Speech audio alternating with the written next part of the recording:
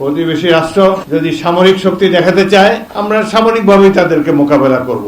আমরা বাংলাদেশের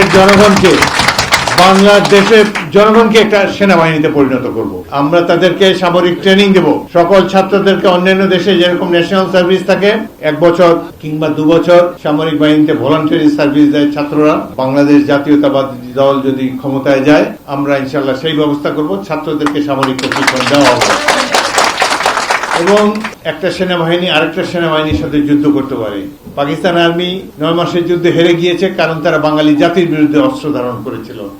একইভাবে আশা করি আমাদের প্রতিবেশী এবং অন্যান্য যাদের লোলুপ দৃষ্টি রয়েছে বাংলাদেশের দিকে, বাংলাদেশের জনগণকে পদানত করতে চায়, তাদের অভিজ্ঞতার প্রয়োজন আছে। টানা তৃতীয়বার অর্জন করেছে দেশের সেরা সুপার ব্র্যান্ড স্বীকৃতি বসুন্ধরা টিস্যু। এইভাবে একটা জাতিকে কেউ পদানত করতে পারে না। আমাদের দেশে আবু সাঈদের মতো ছাত্রের জন্ম হয়েছে, 2 হাত প্রসারিত করে যে মৃত্যুকে আলিঙ্গন করেছেন।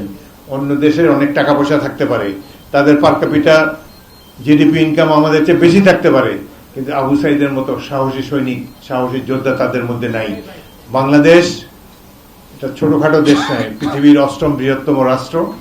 আমাদের জাতীয়তাবাদী চেতনায় উদ্বুদ্ধ বিশাল একটা জনগোষ্ঠী আছে, যারা দেশের জন্য জীবন ভীষণ রূপ দিতে সবসময় প্রস্তুত।